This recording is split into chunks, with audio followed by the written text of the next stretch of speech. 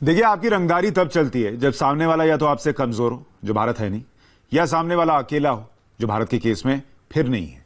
ऐसे में चीन परेशान है कि करे तो करे क्या, और ऊपर से भारत की आक्रामक डिप्लोमेसी, एलएसी की स्ट्रैटेजी, चीन पीछे हटने को तैयार हो रहा है। और यह खबर हम नहीं कह रहे, यह खबर चीन के सरकारी मीडिया ग्लोबल टाइम्स की हेडलाइन है कि चीन पीछे हटने को तैयार हुआ है। अखबार में लिखा गया है कि फ्रंट लाइन पर खड़ी सेना को आमने सामने से हटाया जाएगा। लेकिन सवाल अभी भी है, अचानक से युद्ध की बात करने वाला चीनी अखबार ग्लोबल टाइम्स शांति की बात क्यों कर रहा है? सरेंडर मोड में क्यों आ गया है? क्या यकीन किया जा सकता है उस पर?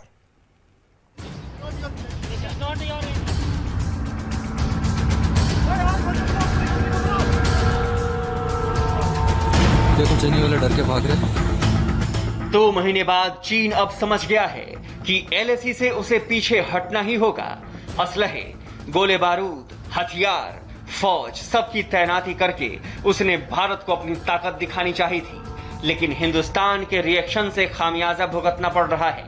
अगर उसने हिंदुस्तान को आगे छेड़ने की कोशिश की तो उसे और भी ज्यादा बड़ा खामियाजा भुगतना पड़ सकता है। चीन के सरकारी मीडिया ग्लोबल टाइम्स की हेडलाइन बदल गई है। हेडलाइंस में लिखा है कि भारत और चीन में एलएसी को लेकर सहमति बन गई है। अखबार में सूत्रों के हवाले से दावा किया गया है कि चीन के सैनिक पीछे हटने को तैयार हैं। बॉर्डर पर तनाव कम करने के लिए टुकड़ियों में सैनिकों को कम किया जाएगा। चीन ने मान लिया है कि फ्रंट लाइन पर खड़ी सेना को आमने सामने से हटा लिया जाएगा। ग्लोबल टाइम्स ने यह दावा सीमा पर तैयार चीन के एक सीनियर अफसर के हवाले से किया है। इस सूत्र ने ग्लोबल टाइम्स को बताया कि मंगलवार को मिलिट्री कमांडर लेवल की तीसरी बातचीत हुई। दोनों तरफ से बहुत अच्छे माहौल और विस्तार से चर्चा हुई। बॉर्डर पर तनाव खत्म करने और विश्वास बहाली को लेकर काफी बातचीत हुई। ये मैसेज उनको दिया गया है चीन को कि अगर आप नहीं हटेंगे तो हमारे पास दूसरे ऑप्शंस हैं। तो अब ये सवाल ये उठता है कि इतना खर्चा करने के बाद, इतना प्रेस्टीज दांव पे लगाने के बाद किस कारण चीन अपनी सेना वहां से वापस लेगा या वहां से वापस हटेगा, ये देखना पड़ेगा। दरअसल ग्लोबल टाइम्स वही छापता है जो चीन की सरकार कहती है। मतलब चीन के लिए पूरे विश्व में प्रोपेगेंडा फैलाने का काम संभालता है ग्लोबल टाइम्स।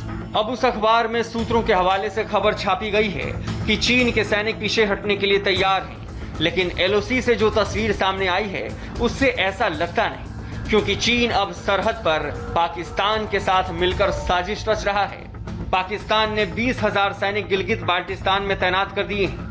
पाकिस्तान के लड़ाकू विमान भी पीओके में लैंड कर चुके हैं। वहीं चीन ने एलएसी पर 20,000 से ज्यादा सैनिक तैनात कर दिए हैं। यानी भारत के खिलाफ 2 फ्रंट पर सैनिकों की संख्या बढ़ती जा रही है। भारत के सामने इस वक्त चीन के बाद पाकिस्तान भी चैलेंज बन गया है। भारतीय सेना और वायुसेना अपने अलग अलग सर्विलांस सिस्टम के जरिए लाइन ऑफ कंट्रोल के साथ साथ पाकिस्तान एयरफोर्स के बेस कादरी, जो कि स्कार्दू के अंदर है, उसकी भी निगरानी कर रहा है, क्योंकि जानकारी इस बात की मिली है कि चीन अपने लड़ाकू विमान का इस्तेमाल इस एयरबेस के जरिए कर सकता है। मतलब जंग हुई तो भारत के खिलाफ 2 फ्रंट बन जाएंगे, क्योंकि चीन के साथ पाकिस्तान भी होगा। भारत को 2 दुश्मनों से एक साथ लड़ना होगा।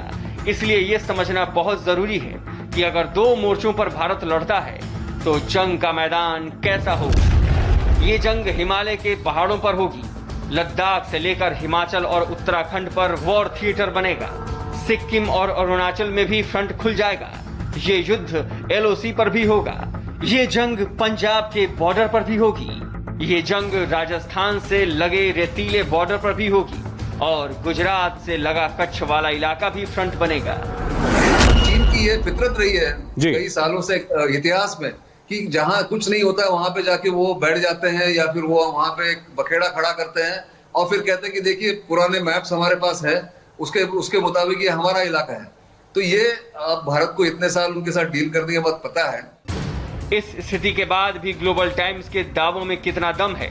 अगले 24 से 48 घंटों में स्थिति देश के सामने होगी, लेकिन इतना तय है कि भारत का खौफ अब चाइनीज अखबार में दिखने लगा है। अखबार के एक एक शब्द को पढ़कर लगता है कि भारत पर ग्लोबल टाइम्स की लाइन बदलने लगी है और चीन भी धीरे धीरे लाइन पर आ रहा है। आप समझ सकते हैं कि भारत की कड़वी दवा चीन पर काम कर रही है।